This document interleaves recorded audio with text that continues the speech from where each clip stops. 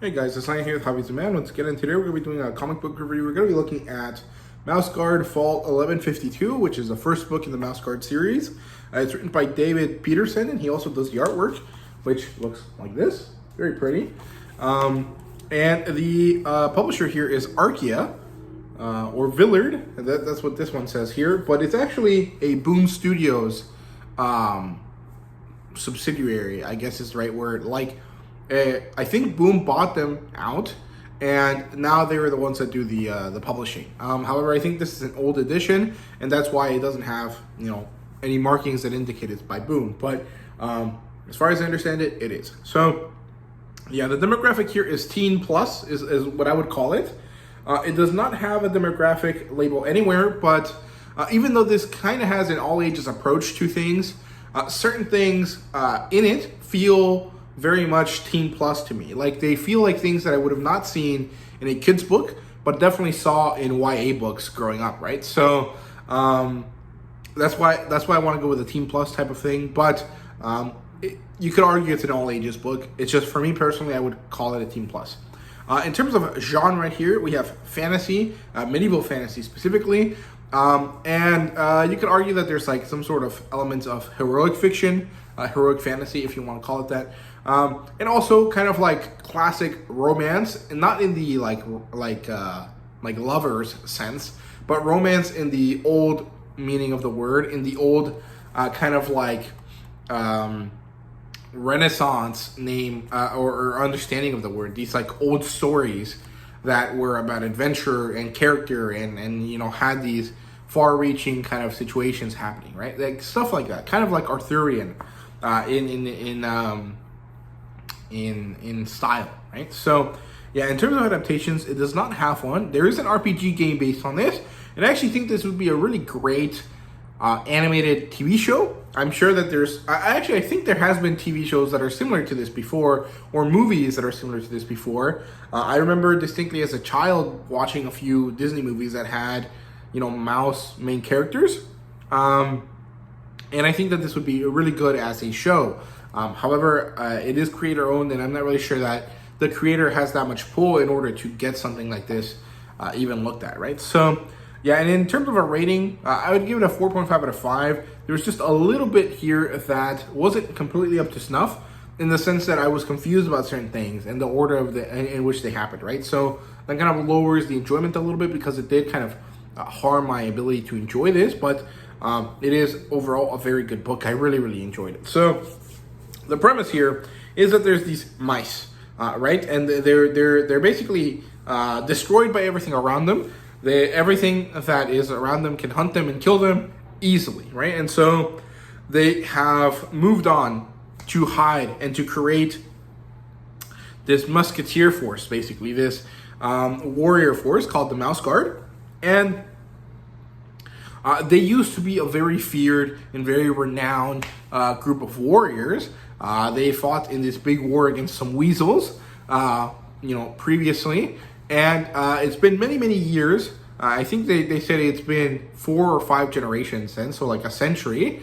But I'm not sure if that means in like mouse years or if it means in like real people years, right? So it's been many years since that war with the weasels happened.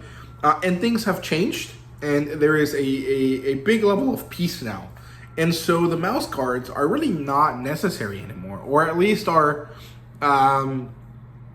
seen as problems by certain people, and one of these people actually leads a coup, and that is what this story is about. This what leads up to this coup, and then what happens during this coup, and whether it succeeds or fails. And it was a really good story. It was condensed. It was very well told. Overall, the pacing was great.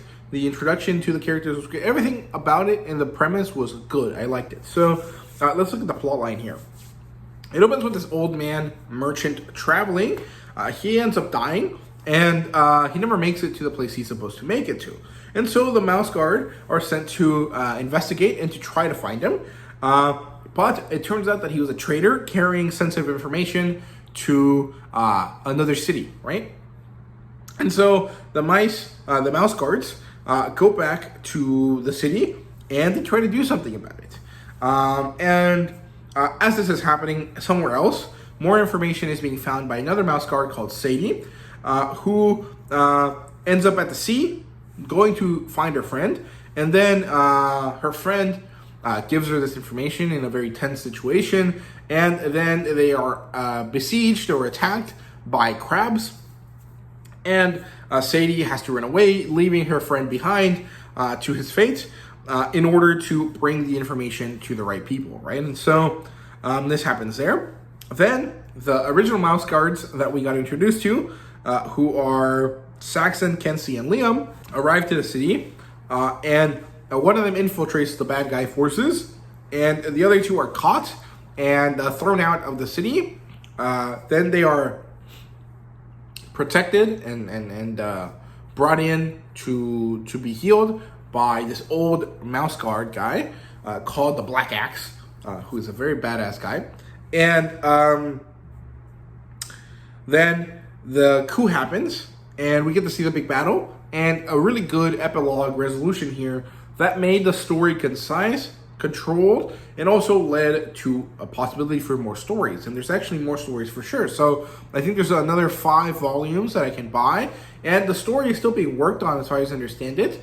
But the creator has focused mostly on the RPG stuff because I'm guessing that was more lucrative than the comic books, right? So overall, the plotline is great. I didn't really give you all the information, so even though I do spoil some things, some general ideas, the actual things that happen are definitely still shrouded in mystery. I did not tell you everything. And overall, I only really talked about the first 3 issues. So there's still a lot more to discover here, so I definitely recommend you guys read it, right? So yeah, in terms of characters, we have Saxon, who is more or less the main character. Kenzie, who is Saxon's friend, and they kind of have the wizard mentor role for these characters. And Liam, who is a youngster, he is the youngest of this team, and he is kind of like an up-and-coming hero character by the end of this book. And then we have Sadie, who is another character, and I would consider Sadie to be at the same level as Saxon. So Liam is at the bottom, Saxon and Sadie, then Kenzie, and then, you know, the actual Mouseguard leadership.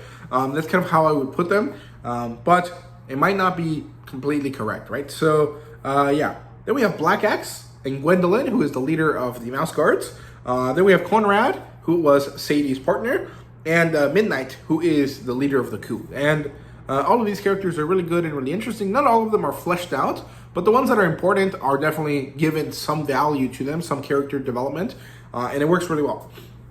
In terms of world building, we learn of the Weasel War, we learn of the Black Axe legend, which is either true or inspired the true person called Black Axe, who is the character that we meet. It's very shrouded in mystery. You don't really know, and I think that is a positive because it allows every person to have a different interpretation and a different way of seeing the events, which is really, really good. I like that.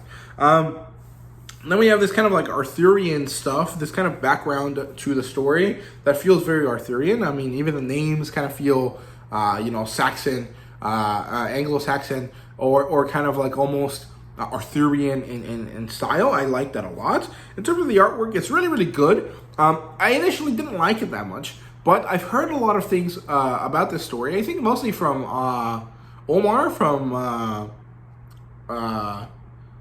Near Mint Condition, right?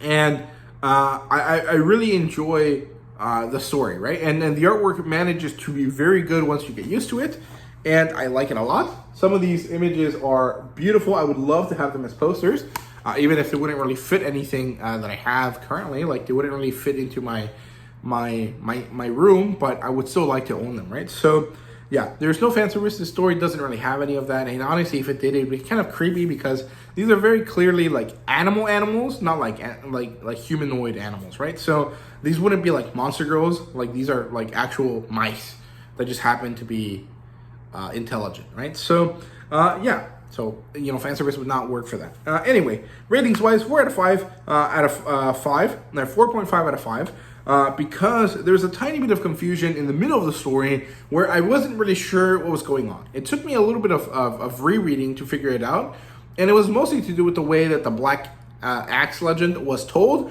and also how some of the events happened because it didn't feel chronological, even though it was.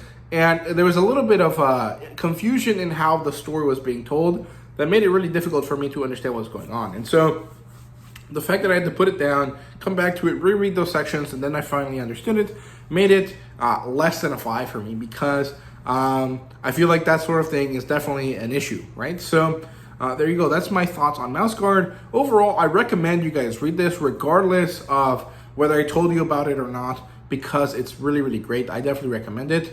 And it is a little bit pricey in my opinion, but it's good, it's interesting, and it's also because this is a really odd format. This is a square book compared to a rectangle, right? And so I can see where the kind of weird pricing for it kind of comes from, but it's really, really great. I love it, and I think it's a really good creator-owned comic. So there you go. Those are my thoughts on Mouseguard, and thank you guys very much for watching. See you guys later.